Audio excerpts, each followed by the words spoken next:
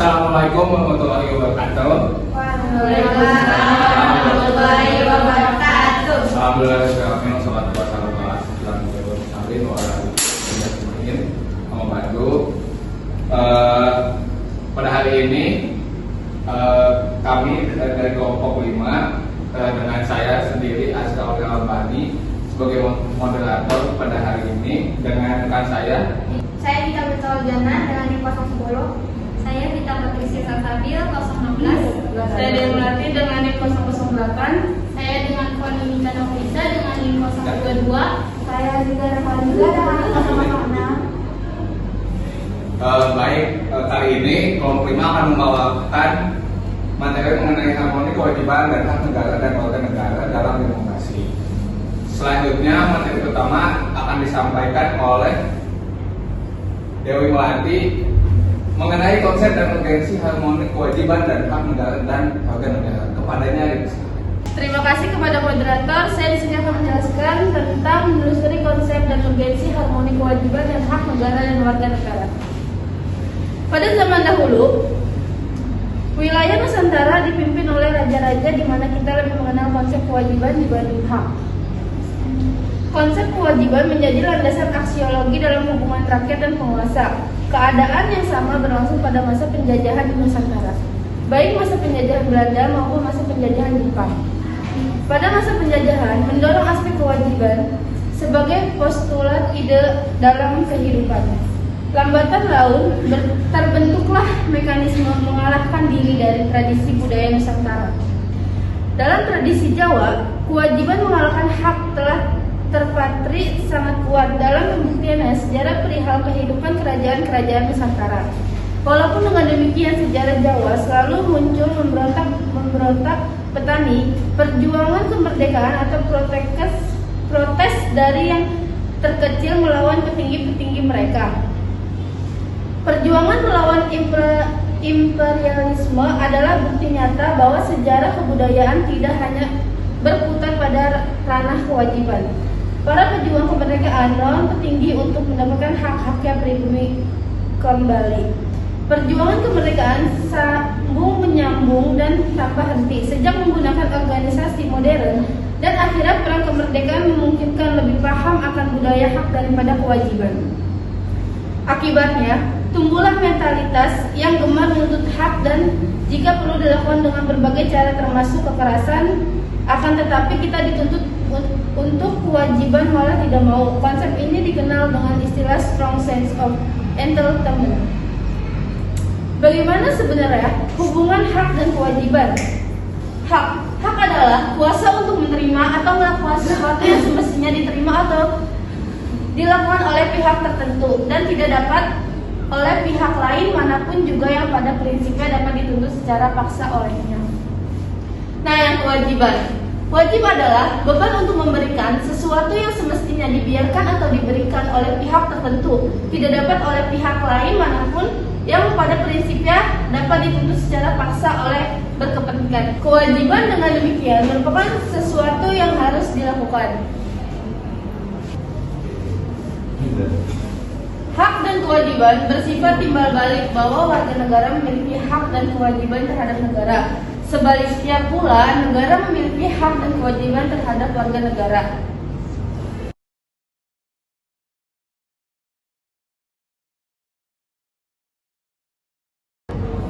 baik, terima kasih kepada Dewi Melati atas penyampaian materinya. Materi selanjutnya akan disampaikan oleh saya sendiri tentang mengapa sih diperlukan harmoni kewajiban dan hak negara dan warga negara Indonesia. Nah, seperti yang kita lihat di sini itu yang ada 3. Yang pertama itu mempertahankan keamanan dan ketertiban masyarakat. Yang kedua meningkatkan partisipasi masyarakat. Dan yang terakhir yang ketiga itu meningkatkan pembangunan yang berkelanjutan. Baik, cukup sekian penyampaian materi dari saya. Nah, kemudian selanjutnya ada materi selanjutnya mengenai historis sosiologis politik tentang harmoni kewajiban dan hak negara dan warga negara yang akan disampaikan oleh Azizah. Kepadanya dipersilakan. Terima kasih kepada moderator. Selanjutnya saya akan membahas mengenai historis sosiologis politik tentang harmoni kewajiban dan hak negara dan warga negara. Nah, yang historis. Secara historis, perjuangan menegakkan hak dan kewajiban itu dilakukan oleh seorang filsuf Inggris bernama John Locke. Dia tuh pertama kali merumuskan adanya hak alamiah yang melekat pada setiap individu manusia, yaitu hak atas hidup, hak kebebasan, dan hak milik. Terus selanjutnya ada peristiwa penting yang menandai adanya hak dan kewajiban. Yang pertama adalah peristiwa Magna Carta, adalah piagam perjanjian antara Raja Inggris dengan para bangsawan. Isinya adalah pemberian jaminan beberapa hak oleh Raja kepada para bangsawan beserta keturunannya. Peristiwa yang kedua adalah Revolusi Amerika, yaitu perang kemerdekaan rakyat Amerika Serikat melawan penjajah Inggris. Dari peristiwa tersebut menghasilkan kemerdekaan bangsa Amerika. Peristiwa yang ketiga adalah Revolusi Prancis, yaitu bentuk perlawanan rakyat Prancis kepada rajanya sendiri yang telah bertindak sewenang-wenang dan absolut. Hasil dari Revolusi Prancis memuat 3 hal, yaitu hak atas kebebasan, kesamaan, dan persaudaraan. Selanjutnya, hak asasi berkembang menjadi 4 macam kebebasan, yaitu kebebasan untuk beragama, kebebasan untuk berbicara dan berpendapat, kebebasan dari kemelaratan, dan kebebasan dari ketakutan. Pemahaman HAM di Indonesia sendiri sebagai tatanan nilai, norma sikap yang hidup di masyarakat, dan acuan bertindak pada dasarnya berlangsung sudah cukup lama. Perkembangannya dibagi menjadi 2, yaitu sebelum kemerdekaan dan sesudah kemerdekaan. Selanjutnya adalah sumber sosiologis. Nah, terdapat gejala sosiologi fundamental yang menjadi sumber terjadinya berbagai gejolak dalam masyarakat. Yang pertama, pada suatu kenyataan yang memperhatikan bahwa setelah tumbangnya struktur kekuasaan otorasi yang dimainkan rezim Orde Baru, ternyata bukan demokrasi yang kita peroleh, melainkan oligarki di mana kekuasaan terpusat pada kelompok kecil elit, sementara sebagian besar rakyat tetap jauh dari sumber-sumber kekuasaan. Yang kedua, muncullah kebencian sosial terselubung yang bersumber dari perbedaan ciri budaya dan perbedaan nasib yang diberikan oleh sejarah masa lalu, sehingga terkandung unsur keinginan balas dendam. Nah, jika menengok pada proses integrasi bangsa Indonesia, persoalannya itu terletak pada kurangnya pengembangan kesepakatan nilai secara alamiah dan partisipatif, dan lebih mengandalkan pendekatan kekuasaan. Nah, sumber yang ketiga adalah sumber politik. Sumber politik yang mendasari dinamika kewajiban dan hak negara dan warga negara adalah proses dari hasil perubahan Undang-Undang Dasar Negara Republik Indonesia 1945 terjadi pada era reformasi. Nah, yang menjadi salah satu menjadi fokusnya adalah tuntunan untuk mengamandemenkan Undang-Undang Dasar Negara Republik Indonesia 1945 karena amat berkaitan dengan dinamika penghormatan dan penegakan hak asasi manusia di Indonesia. Adanya tuntutan tersebut didasarkan pada pandangan bahwa UUD NRI 1945 belum cukup memuat landasan bagi kehidupan yang demokratis, pemberdayaan rakyat, dan penghormatan HAM. Di samping itu, dalam tubuh UUD NRI 1945 terdapat pasal-pasal yang menimbulkan penafsiran beragam atau lebih dari satu tafsir dan membuka peluang bagi penyelenggara negara yang otoriter, sentralistik, tertutup, berpotensi tumbuhnya praktik korupsi, kolusi, dan nepotisme. Tuntutan perubahan Undang-Undang Dasar Negara Republik Indonesia 1945 merupakan suatu terobosan yang sangat besar karena pada era sebelumnya tidak dikehendaki adanya perubahan tersebut. Sekian materi yang dapat saya sampaikan. Selanjutnya saya kembalikan kepada moderator.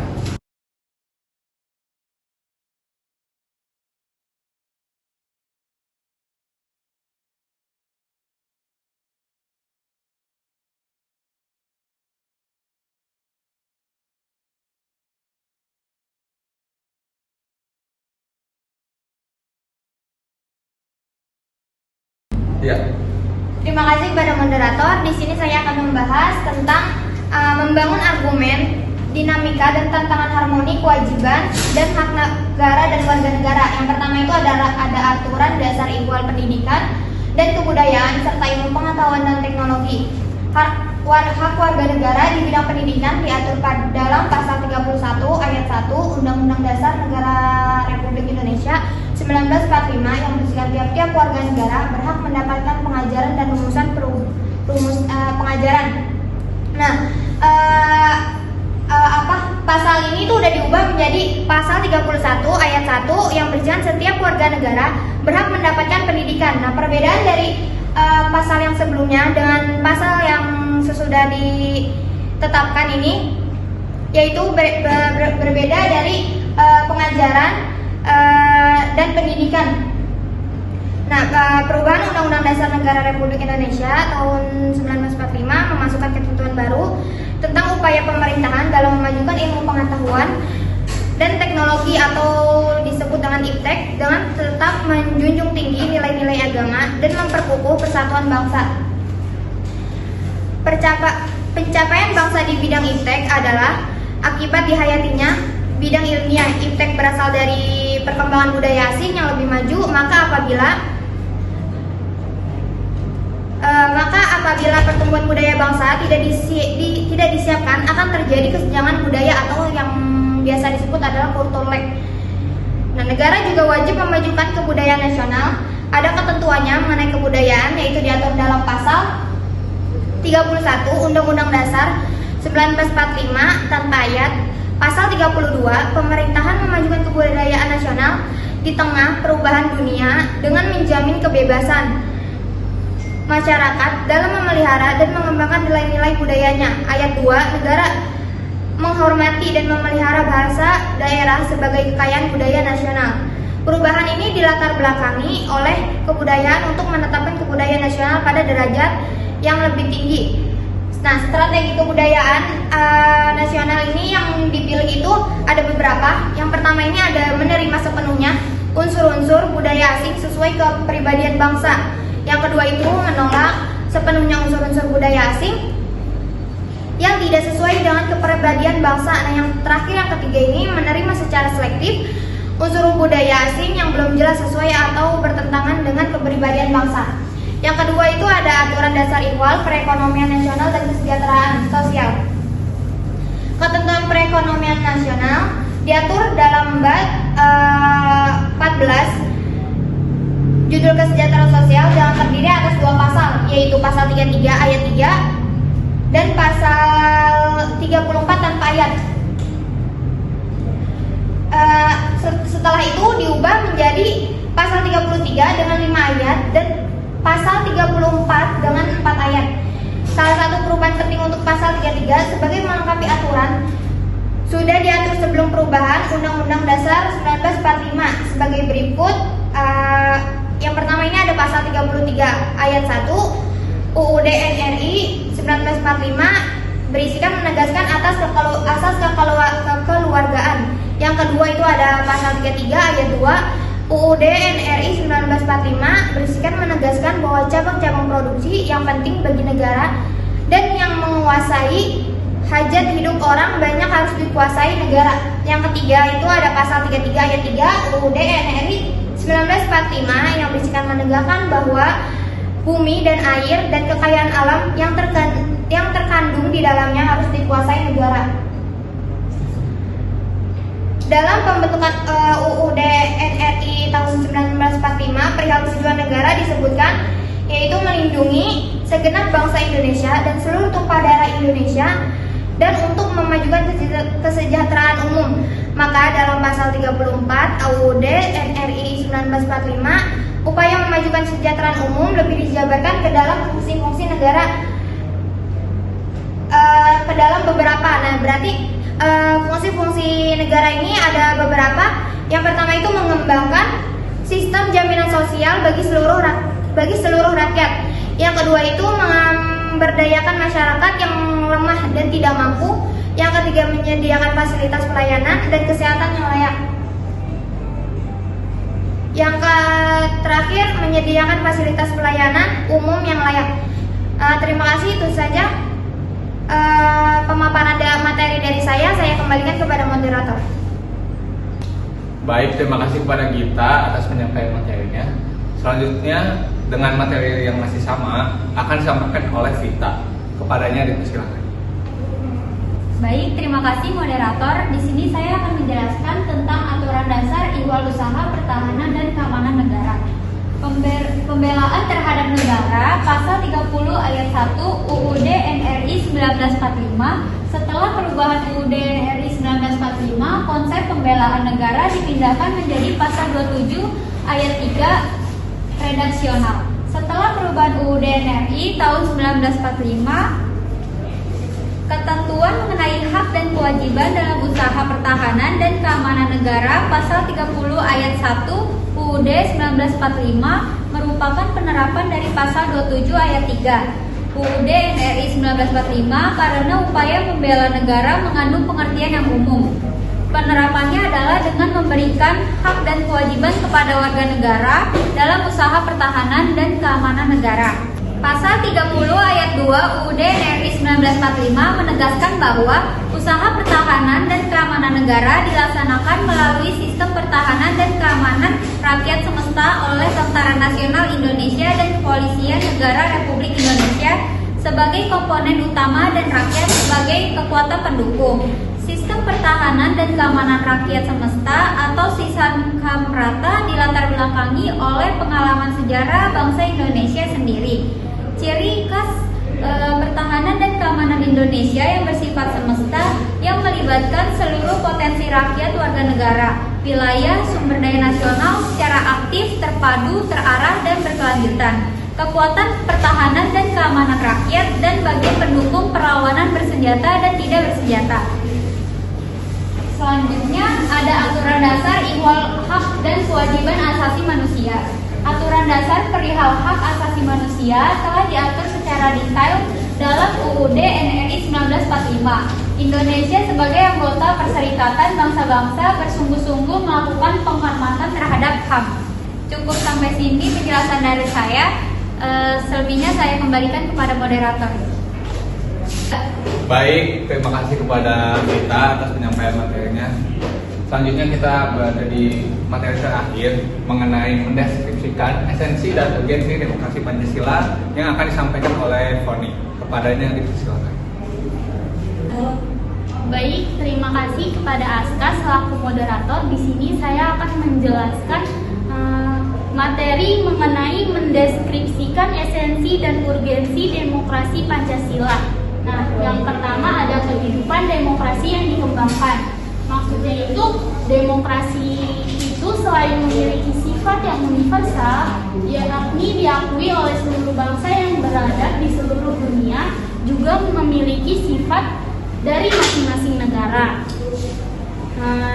Maksudnya itu sebagai demokrasi yang berakar pada budaya bangsa, kehidupan demokratis ini Indonesia harus dikembangkan pada landasan ideal Pancasila dan landasan konstitusional Undang-Undang Dasar tahun 1945. Yang kedua ada kehidupan demokratis yang penting. Maksudnya pada hakikat sebuah negara dapat disebut sebagai negara yang demokratis jika di dalam pemerintahan tersebut rakyat memiliki kesempatan untuk berpartisipasi dalam pembuatan keputusan, memiliki persamaan di muka hukum dan memperoleh pendapatan yang layak karena terjadi distribusi pendapatan yang adil. Selain itu juga tidak ada jaminan hak-hak asasi manusia, terus juga tidak ada persamaan di depan hukum. Nah, yang ketiga ada penerapan demokrasi dalam pemilihan pemimpin politik dan pejabat negara. Maksudnya itu, seorang pemimpin harus memenuhi syarat-syarat tertentu berdasarkan sistem demokrasi yang kita anut. Seorang pemimpin itu harus beriman dan bertakwa, bermoral, berilmu, terampil, dan demokratis. Sejarah mencatat semua pemimpin yang zolim dan tidak bermoral tidak mendatangkan kesejahteraan bagi rakyatnya, sedang di akhir hayatnya memperoleh kehinaan dan derita. Misalnya meninggal di tempat pelarian dengan amat mengenaskan. Raja Louis, raja yang amat tiran dari Prancis, mati di guillotine oleh massa. Adolf Hitler, seorang diktator dari Jerman meninggal dengan cara meminum racun. Karena itu tidak ada guna dan manfaatnya sama sekali dari seorang pemimpin yang seperti itu. Jadilah pemimpin yang bermoral, berakhlak, dan berbudi pekerti yang dapat memberi kemaslahatan bagi rakyat. Syarat lain bagi seorang pemimpin adalah berilmu, terampil, dan demokrasi. Itu saja yang bisa saya jelaskan. Saya kembalikan lagi kepada moderator. Baik, terima kasih kepada Koni atas penyampaian materinya. Selanjutnya atau sesi selanjutnya akan diadakan sistem jawab. Nah, untuk dari audiens nih mungkin ada yang mau ditanyakan gitu. Baik, terima kasih kepada Koni atas penyampaian materinya. Sesi selanjutnya akan diadakan sesi tanya jawab. Kepada audiens yang ingin bertanya dipersilakan. Izin bertanya, Ya. menurut pemakalah, apakah hukum mati ini termasuk wujud pelanggaran terhadap HAM? Kalau iya, mengapa hukuman mati ini masih ada dan diterapkan sebagai landasan hukum yang sah di Indonesia? Baik, ada pertanyaan lain? Baik, pertanyaannya, kan Presiden Amerika Serikat itu yang si Franklin D. Roosevelt memperkenalkan 4 macam kebebasan. Nah, menurut pemakalah, di Indonesia sendiri, apakah keempat kebebasan ini sudah terjalankan dengan baik atau belum? Kalau ada yang belum terjalankan, apakah itu artinya negara Indonesia gagal dalam menerapkan HAM di kalangan masyarakat? Baik, ada lagi nggak? Saya mau nanya, di antara simbol politik yang dijabarkan, salah satunya kan adalah mewujudkan kebebasan pers. Tapi pada kenyataannya, pada saat ini masyarakat itu berani gitu untuk mengutarakan pendapat. Karena saat mereka berpendapat untuk negara atau para menterinya, mereka akan dikenakan Undang-Undang Dasar Pencemaran Nama Baik atau UUD ITE. Nah, itu gimana tuh pendapat Anda pada demokrasi yang bersumber kedaulatan rakyat dan bermusyawarah untuk mufakat ini? Oke, kayaknya yang terakhir deh. Coba ada lagi nggak? Oke, berdasarkan materi yang sudah disampaikan Bu Materi, saya ingin bertanya, mengapa konstitusi negara mempunyai kedudukan penting di dalam penyelenggaraan kehidupan bernegara? Baik, terima kasih ya atas pertanyaannya. Baik, di sini saya akan menjawab pertanyaan pertama. Pertanyaannya itu, menurut pemakalah, apakah hukuman mati ini termasuk wujud pelanggaran terhadap HAM? Kalau iya, mengapa hukuman mati ini masih ada dan diterapkan sebagai landasan hukum yang sah di Indonesia? Jawabannya, hukuman mati dapat termasuk ke dalam pelanggaran hak asasi manusia karena hak hidup merupakan hak asasi manusia. Maka perampasan nyawa orang lain berupa pembunuhan dalam bentuk penjatuhan hukuman mati adalah pelanggaran HAM. Selain itu, hukuman mati juga bertentangan dengan hak untuk hidup yang dijamin oleh Pasal 28A ayat 1 Undang-Undang Dasar 1945. Setiap orang berhak untuk hidup serta berhak mempertahankan hidup dan kehidupannya. Alasan di Indonesia masih menggunakan hukuman mati adalah karena hukuman atau pidana mati masih perlu dipertahankan di Indonesia dengan alasan demi perlindungan masyarakat untuk mencegah kejahatan berat demi keadilan dan persatuan di Indonesia. Di sisi lain, saat ini hukum positif mengakui adanya hukuman mati. Oleh karena itu masih berlaku karena pidana di Indonesia menganut asas legalitas.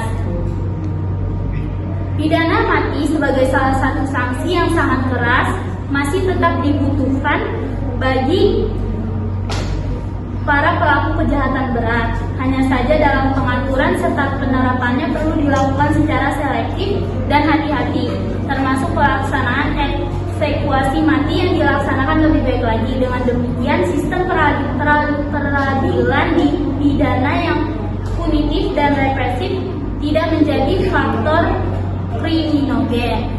Baik, itu jawaban pertama dari kelompok kami. Terima kasih. Baik, saya akan menjawab pertanyaan yang kedua mengenai kebebasan. Kebebasan itu ada 4, yakni kebebasan beragama, kebebasan untuk berbicara dan berpendapat, kemudian ada kebebasan dari kemaslahatan yang terakhir adalah kebebasan dari rasa takut. Nah, kebebasan beragama ya kebebasan yang dipahami sebagai kebebasan untuk beragama, baik memiliki agama maupun tidak. Nah, kemudian kebebasan untuk bicara dan berpendapat. Banyak warga atau masyarakat Indonesia yang semakin takut dalam berpendapat dan berekspresi. Hal itu disebabkan karena adanya pasal karet yang ada dalam UU ITE yang dijadikan sebagai sebuah ancaman bagi orang-orang yang mempunyai kepentingan. Kemudian ada kebebasan dari kemelaratan. Di Indonesia sendiri konteks kemelaratan atau kemiskinan masih menjadi masalah yang sangat sulit diatasi, mulai dari terbatasnya kebutuhan dasar hingga keterbatasan kemampuan masyarakat miskin untuk mengembangkan komunitasnya sendiri. Dan yang terakhir ada kebebasan dari rasa takut berdasarkan pasal 28G ayat 1. Kebebasan dari rasa takut adalah setiap orang berhak atas pelindungan diri pribadi, keluarga, kehormatan, martabat, dan harta benda yang dibawa kekuasaannya, serta berhak atas rasa aman dan perlindungan dari ancaman ketakutan untuk berbuat atau tidak berbuat sesuatu yang merupakan hak asasi. Namun pada kenyataannya terdapat ketakutan dari masyarakat untuk menyampaikan kritik. Hal itu disebabkan karena adanya berbagai peristiwa yang melatar belakangi. Sekian dari jawaban saya. Selanjutnya saya akan menjawab pertanyaan ketiga. Pertanyaannya, di antara sumber politik yang dijabarkan, salah satunya adalah mewujudkan kebebasan pers.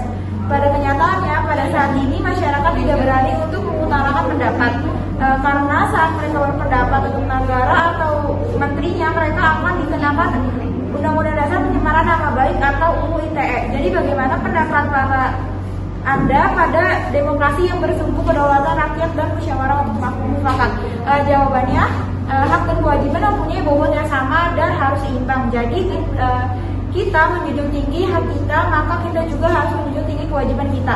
Dalam Pancasila sila keempat menjelaskan bahwa kerakyatan dipimpin oleh hikmat kebijaksanaan dalam musyawarah perwakilan. Jadi dapat disimpulkan bahwa jika kita mengadil dan menjalani sila keempat, maka kita akan menjalankan namanya seimbang dalam hak dan kewajiban. Selanjutnya dengan adanya UU ITE, masyarakat merasakan adanya pembebasan berekspresi baik melalui media sosial ataupun secara langsung. Hal itu disebabkan karena adanya pasal karet yang ada dalam UU ITE yang dijadikan sebagai sebuah ancaman bagi orang-orang yang mempunyai kepentingan. Sebenarnya pada zaman yang canggih ini, di era digital, masyarakat sangat mudah untuk menyampaikan opini, mengumumkan pendapat, berkeluh kesah, berbagi cerita dan pengalaman atau hal-hal lain yang ingin dibagikan kepada publik di media sosial. Namun dengan adanya kebebasan berekspresi tersebut, sering dijumpai banyak pelanggaran yang sering berhubungan dengan UU Informasi dan Transaksi Elektronik.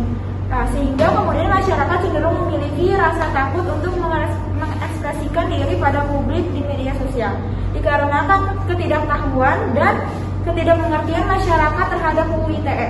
UU ITE sendiri memiliki dua perspektif di mata masyarakat. Ada yang melihat dari sudut pandang positif dan ada juga yang melihat dari sudut pandang negatif dengan adanya UU ITE ini.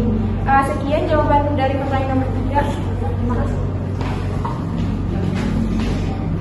Saya akan menjawab pertanyaan keempat. Pertanyaannya, adanya konstitusi itu menjadikan suatu hal yang sangat penting untuk menjamin hak-hak asasi warga negara. Nah, sehingga tidak terjadi penindasan ataupun perlakuan sewenang-wenang dari pemerintah. Pertanyaannya, apa peranan konstitusi negara dalam kehidupan berbangsa dan bernegara? Jawabannya, mengutip buku hak asasi manusia dalam Konstitusi Indonesia karya Majda El-Muhtaj 2015, konstitusi dalam ilmu politik memiliki pengertian yakni cakupan sistem pemerintahan dari suatu negara dan merupakan himpunan peraturan yang mendasari serta mengatur pemerintah dalam menyelenggarakan tugas-tugasnya. Tujuan konstitusi adalah sebagai sarana memberikan pembatasan dan pengawasan terhadap kekuasaan politik dan membebaskan kekuasaan dari kontrol mutlak para penguasa atau memberi batasan kepada para penguasa pemerintah. pemerintah. Jika sebuah negara tidak memiliki konstitusi, maka sulit untuk mereka bertahan. Dengan demikian, tujuan lain konstitusi adalah saran yang memungkinkan negara bisa mengatur masyarakat secara tertib dan terorganisir. Selain itu, negara juga bisa melakukan kontrol terhadap pemerintah daerah lewat konstitusi. Baik teman-teman, apakah udah ngerti belum sama yang tadi udah kita jawab? Oke, kalau gitu cukup sekian pada presentasi kali ini. Dapat ditarik kesimpulan bahwa hak adalah kuasa untuk menerima atau melakukan sesuatu yang semestinya diterima atau dilakukan. Sementara kewajiban dan juga demikian merupakan sesuatu yang harus dilakukan. Hak dan kewajiban adalah sesuatu yang tidak dapat dipisahkan. Kemudian kewajiban dan hak negara dan warga negara merupakan aturan standar pendidikan dan kebudayaan serta ilmu pengetahuan dan teknologi, aturan dasar perekonomian nasional dan kesejahteraan sosial, aturan dasar usaha pertahanan dan keamanan negara, dan aturan hak dan kewajiban hak asasi manusia.